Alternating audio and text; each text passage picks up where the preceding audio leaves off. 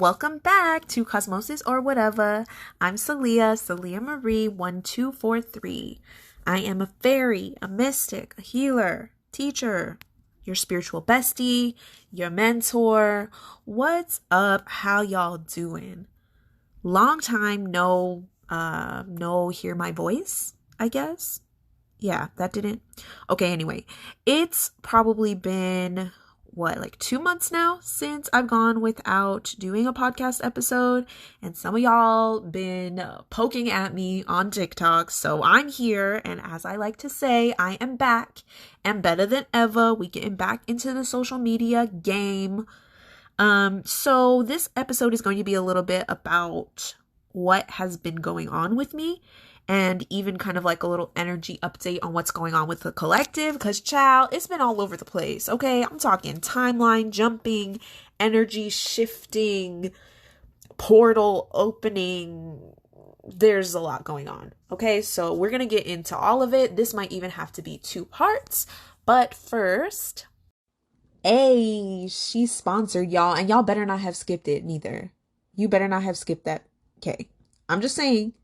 Okay, listen, so let's get into it. Let's get into what has been happening since the last episode. And if I'm not mistaken, my last episode was actually uploaded on the day of the 222 portal. So if you are not familiar with what the 222 portal is, the 222 portal was February 22nd, 2022, right? That's a lot of twos. Energetically, in numerology, the number 2 is about dichotomy. It's about, masculine and feminine, dark and light, yin and yang. It also speaks about our relationships with other people, right? Ones talk about our relationship with self. And then once we get into 2s, it starts to go into this or that. So that's a little bit about 2's energy. A portal is what it sounds like. I mean, it's a door, right? It's an energetic door into the energy of whatever type of portal it is. So there was a lot of stuff that happened. I feel like, so full disclaimer, as a spiritual person who is heavy in the spiritual community, yes, really deep into my spiritual journey, I'm not gonna lie, I'm not always into portals like that, to be honest. Sometimes portals feel a little bit overrated to me. I'm just saying, okay, they feel a little bit overrated sometimes. People be doing too much, expecting too much out of this portal. Especially if you haven't been doing nothing, people are like, oh yeah, this portal's about to change my life. Friend, you've been sitting on the couch eating potato chips. What do you think that this portal is going to do for you? You know what I'm saying? But I guess that goes with any healing modality, I guess. You definitely have to put in the work. But for whatever reason, this portal to me felt different. I could feel the energy of this one. For my Patreon people, shout out to my high priestess tier Patreon people. I put out a video, an exclusive YouTube video. If you guys want to join the Patreon fam, it's in my link tree. Don't sleep, because they be getting all the benefits. Anywho, I put out a video of a channeled kind of message that I got about the 222 portal, how to use the energy properly. And yeah, let me know how. I always say let me know, but child, there ain't no comment section on damn Spotify or on the listening platforms, but you could comment it somewhere else or let me know the next time you guys are in a TikTok live, because I genuinely am curious to hear how you guys have been since the portal. Because when I tell you, my entire life literally changed in this crazy way, and I've talked a little bit about it here and there on TikTok, but this would be, I feel like this is a good opportunity to talk a little bit more about it. So on February 22nd, I actually got a reading. It was the type of reading that, you go in for a consultation, and then later on they send it to you. And so I did that. And I ended up finding out that I was supposed to take this big trip abroad. And so, excuse me if you haven't already heard me talking about the trip, or even if you have, know that I'm still going to be very vague with the trip just because, out of protection reasons, out of safety, keeping my energy right and sights. I don't need everybody knowing where I was going or where I might be going. It's just one of those things. But just know that it's like a huge trip. I feel like some of y'all intuitively know. You guys are psychic, so I feel like I can't really fool a room of psychics. But I digress. There's a trip that I was basically told that I needed to take. Some things that I needed to do, very spiritual in nature, ordered by my ancestors, honey. Hilarious. Yo, right when I looked at the recording number, it was 444. And if y'all know that is my ancestor number. So I feel like my ancestors are like coming through. They're like, yeah, that was us. Like, it was us. And as I explain, you'll kind of understand why it's important that I just got that kind of confirmation, I guess, because already in spiritual messages, I guess, it can be difficult to understand. And I think that's a whole different episode that I want to talk about how we have been conditioned in our society to not trust ourselves spiritually, not to understand the signs that we get and really just write them off like facts over feelings. I've been saying that in some of your guys' personal sessions because those are the messages that are coming. But for me, I just really could not ignore the signs and everything leading up to the 222 portal, and finding out that I needed to take this trip felt right. Okay, so there was some things that happened before that were crazy. I had been seeing the numbers 123 a lot. Funny enough, it's 234 on my...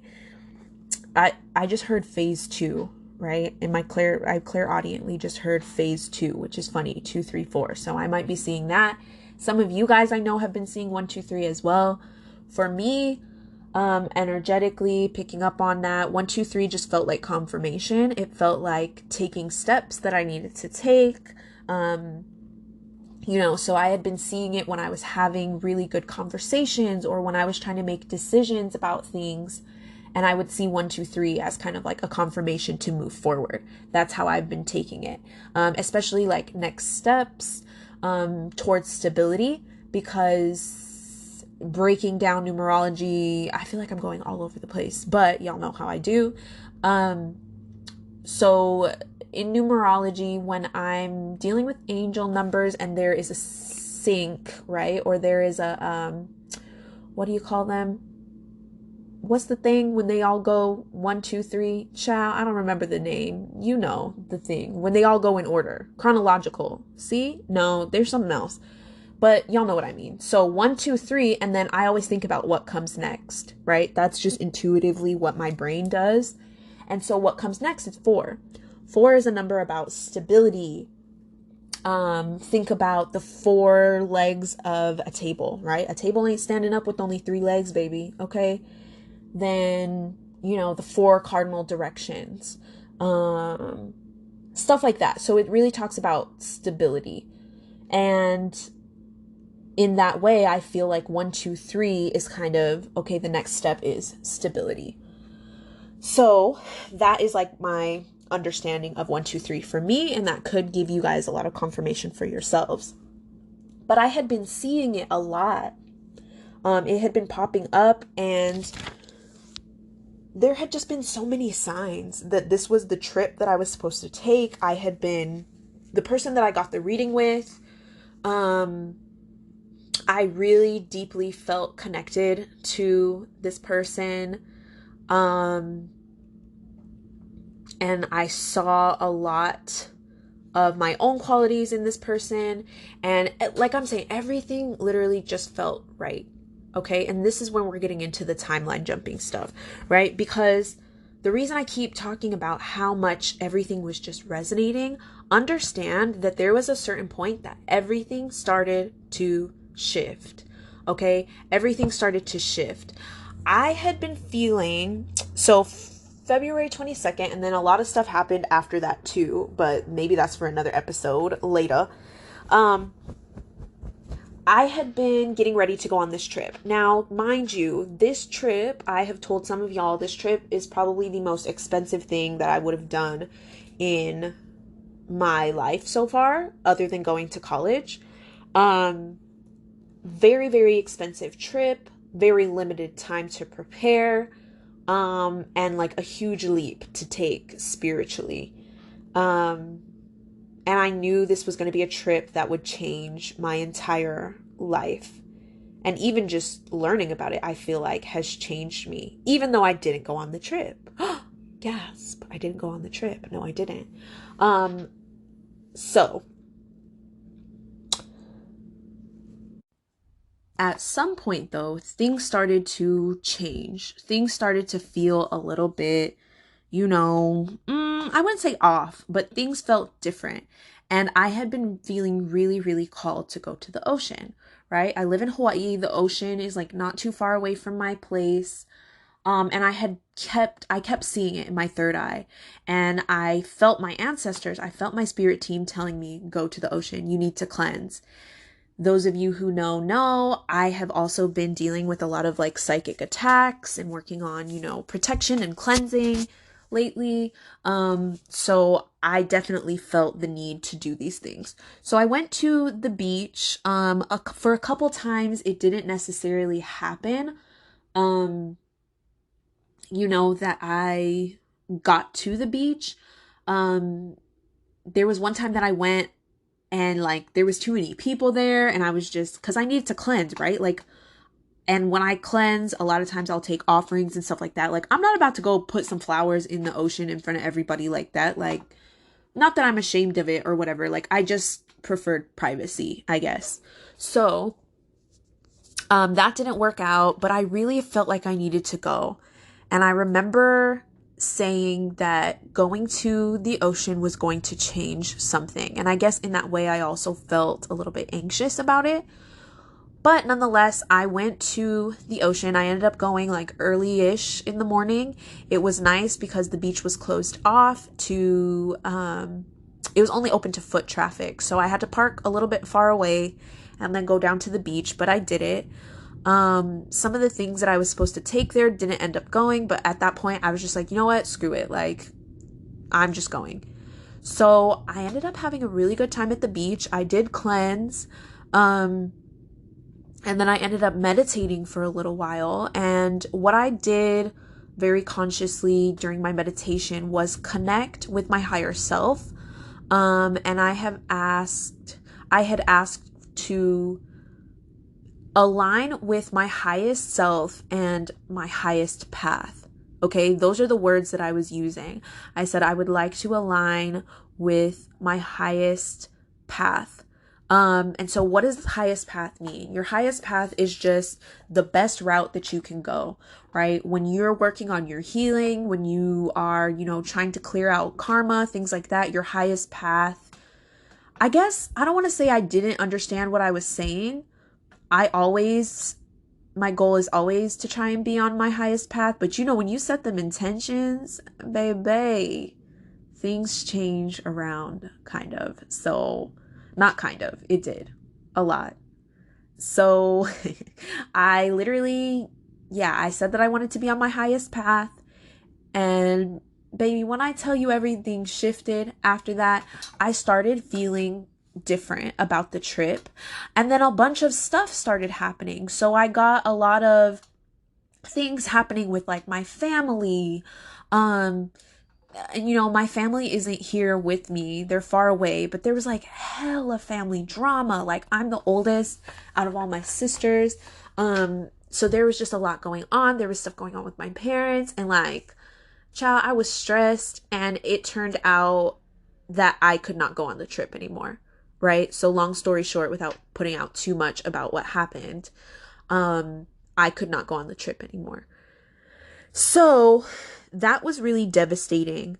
I had a really, really hard time trying to figure out, well, why would I have to like, get all the signs all of a sudden that I'm supposed to go on this trip, and then for all of this stuff to happen and then do the complete opposite. Shortly after, I had a reading with someone, won't say the name because I didn't ask for permission, but some of you guys have probably already heard it on TikTok while they were on there. But there was a reading and I was tapping in energetically to their energy, and we found out that that person had been timeline jumping, right? We'll call that person, what will we call you? Star. I don't know why. That's probably a message for you if you're listening. Star. So Star had been, like, everything had been super chaotic. Like, and we found out that Star had been timeline jumping. So what is timeline jumping? And we might have to like wrap this up and like go to a part 2 soon, but timeline jumping is basically, and I've done a lot more research on it since then. Timeline jumping is when you have multiple, at any given time, we have multiple, child, is my throat chakra being blocked for me? At any given time, we have multiple paths that we can be on, right? You have multiple dimensions, you have multiple versions of you. If you would have gone to the store a little bit earlier, something might have happened to you that didn't if you gone later. Little things like that. I've always believed in like the butterfly effect, and it's very much that, right? So there's kind of like infinite timelines for who you could be, what you're aligned with. And so basically when you're timeline jumping, quantum leaping, shifting, what happens is you are jumping from one version of yourself into another version of yourself. And that can honestly be kind of scary because that's exactly what was happening to me. So if you guys have been experiencing that lately, like one day you'll wake up and you feel completely different and you're like, who the heck am I? Like yesterday feels like last week. You've probably been timeline jumping. I did find out that there are ways that you can help yourself. I can't guarantee that you're, especially if you are ascending a lot, which many of us are, especially if you're in this collective and you're listening to this, you've probably been shifting, ascending a lot yourself. The best way to deal with it is to get grounded. Okay, the best way to deal with that is to get grounded. Get out in nature. Make sure that you are kind of intact with your body. Work on your lower chakras, right? Solar plexus, sacral, root, and then even the lower ones that go beyond that, right? So like your earth star, oh, ding, ding, ding. There's more than 7 chakras, but that's for another episode. So I'm going to have to break this into part 2. In the next part, we will talk a little bit more about timeline jumping and stuff like that. And then I'll get into like what's going on energetically, what's causing these timeline jumps, and then talking a little bit about my social media hiatus and kind of what that's taught me about trauma and motivation and all that jazz.